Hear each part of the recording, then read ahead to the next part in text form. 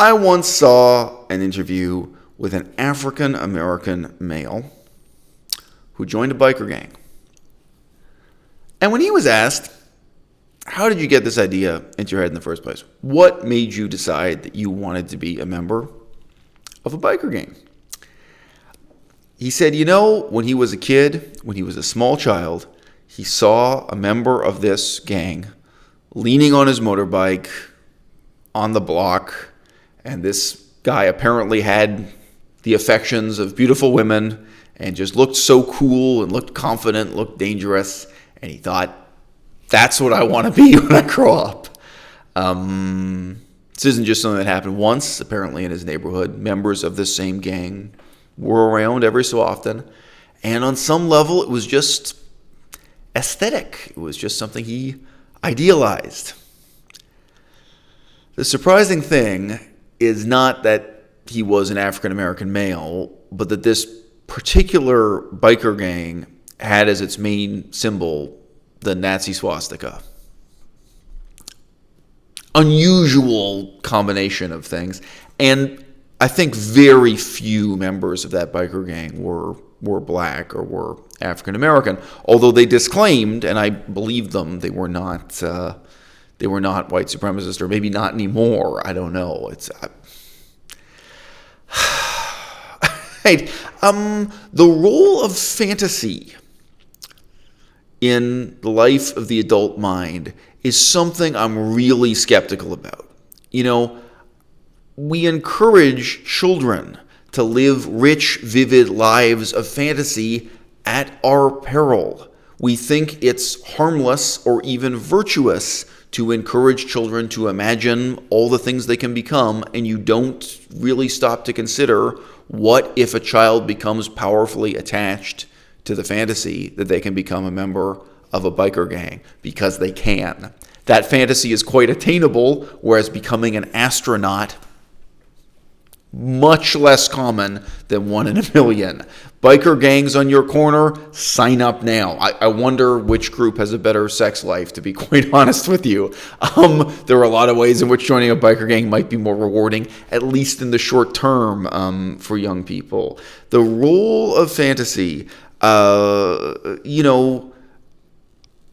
a child, I even found this troubling in the context of Sesame Street, in the context of Disney World, in the context of different rides and attractions and TV shows that told me to close my eyes and imagine something and wish for something.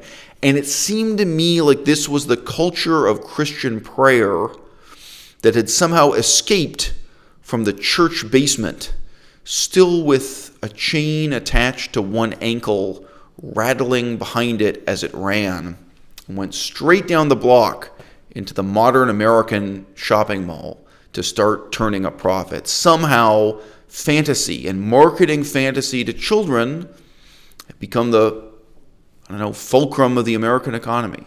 I was growing up surrounded by this, and I really felt a strange sort of suspicion. I wasn't entirely clear on what these people were selling me. But the idea that, childhood is a process of preparing yourself to act out certain fantasies of who you want to be as an adult compares very strangely to the idea of a life built on duty, honor, and station. And trust me, I know the old ways in Europe had their disadvantages, like men fighting each other to the death in duels over incredibly trivial points of honor. In many ways, what we think of as a man of honor from the Renaissance is much closer to the modern member of a biker gang. Violent, brutal ideology of what it meant to lead a meaningful life, even for intellectuals, just a few centuries ago. But there's a further complexity here, in that the idea of pursuing your own fantasy of who it is you want to be necessarily and inexorably excludes other people's fantasy of who you might be, who you ought to be.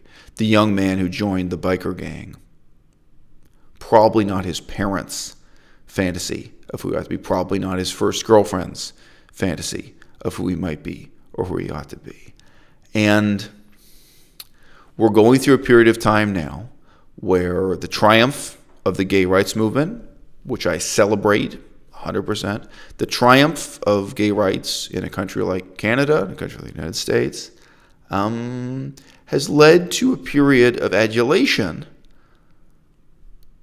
for people not being themselves, which would be good, but instead people living and acting out fantasies as adults that they may have adopted in childhood, in adolescence, as teenagers, and they may not have really reflected on what kind of a life this is leading them into and in what ways that's going to exclude others, that's going to impose on others. Okay? Had a viewer of the channel write in explaining, and this isn't the first time we've talked. He and I have talked many times now, but he could say he was reminding me that he is basically, in his own eyes, he considers himself a heterosexual, transsexual person.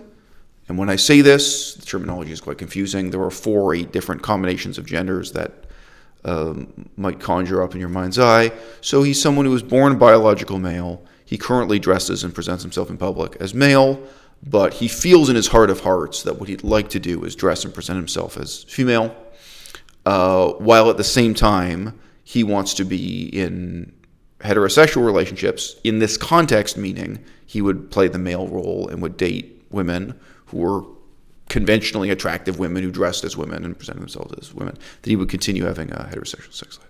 Okay?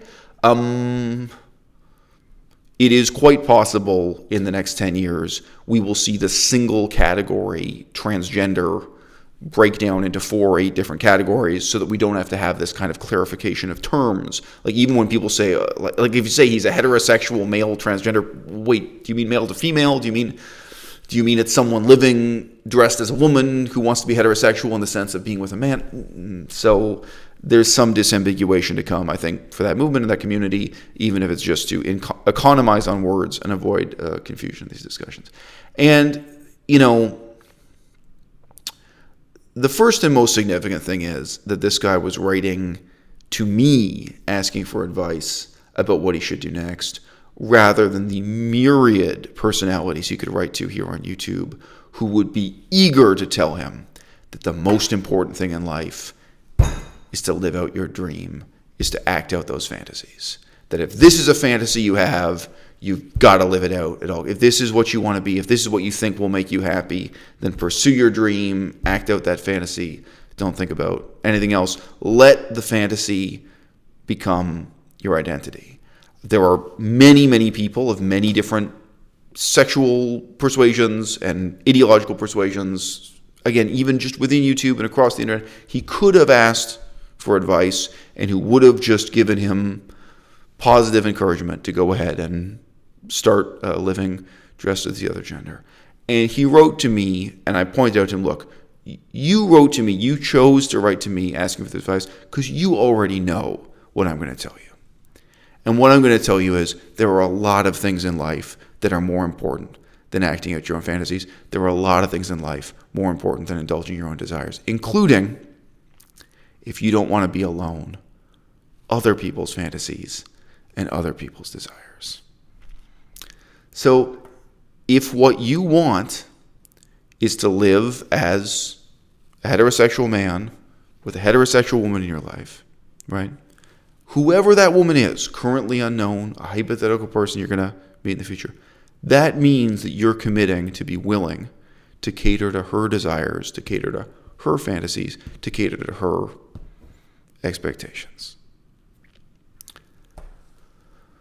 When I was living in places like Cambodia, Thailand, and Laos, I met a lot of adult white Western men who were still trapped in living out a fantasy of who they ought to be that they formed as a child. There's one guy who was a successful author.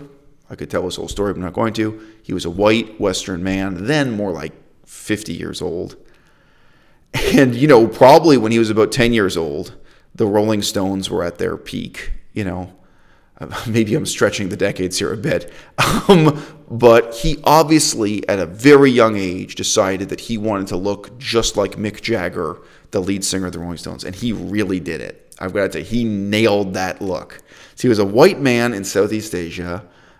He had long hair, and just every element of his style of dress was this eclectic assemblage of late 1960s and early 1970s styling. I mean, this guy walks into a room and everyone, I mean, he would stand out even in California, right? And, you know, people in Thailand, Laos, and Cambodia would treat him like crap. He led quite an eventful sex life also. And he wasn't the only white man who complained about this to me. But he had a peculiar problem. Whenever he would start approaching a woman, or sometimes in other social situations with men, there would often be this initial confusion because people would think he was transgender.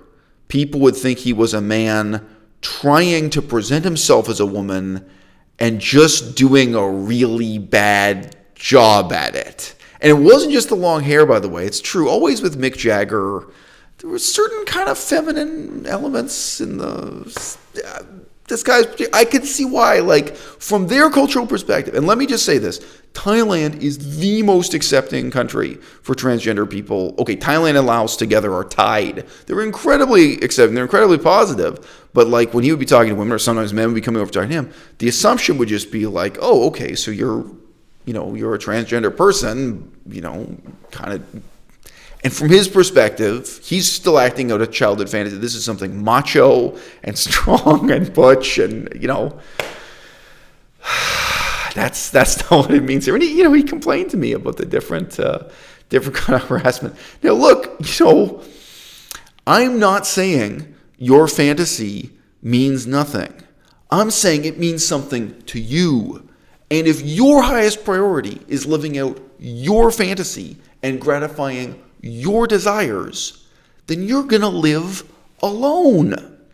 And that's okay, only in as much as you continue to live a totally self-centered, isolated, self-indulgent life alone, right? If you want to be a man who has a woman come into your life and you want to get to know her parents and have kids with her, let's just say go the whole way with a white picket fence, conventional family, there are so many compromises you're going to have to make. Let's just stick with the same guy who kind of looks like Mick Jagger. What if he gets a Cambodian girlfriend and the first thing her parents say is he's got to cut his hair?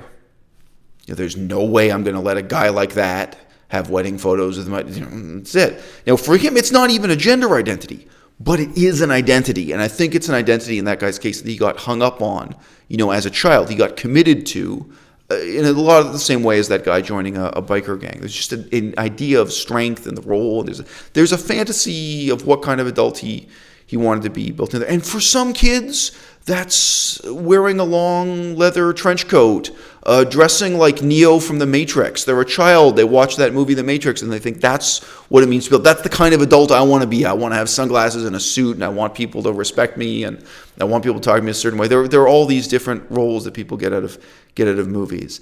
And although most of these identities are not quite as politicized as the concept of being transgender, right? It's true, there's a lower level of intensity. I have known white people who were incredibly devoted to the image of themselves as a white person with dreadlocks, were wearing their hair in dreadlocks, and whatever strange spiritual, political commitment they had to smoking marijuana and wearing dreadlocks, and that they're the kind of person who listens to music from Jamaica, like this is a political identity to them. It maybe started as a childhood fantasy, and it very often also is a kind of sexual identity. It matters to them that when they present themselves to the opposite sex, they know right away they're part of the drug culture, they're part of this Rastafarian subculture, they're a white guy with dreadlocks, and that matters to them so much. And it's like, okay, and here are all the other people you're excluding from your life, and here are all the roles you can't play in your life because this is the childhood fantasy you're committed to acting out 24 hours a day, 7 days a week. And if that's the decision you want to make and your only priority is your own happiness, you can act out that fantasy your whole life alone. But just be aware this is something you are doing for you. It's something in a very simple sense that's selfish. Right?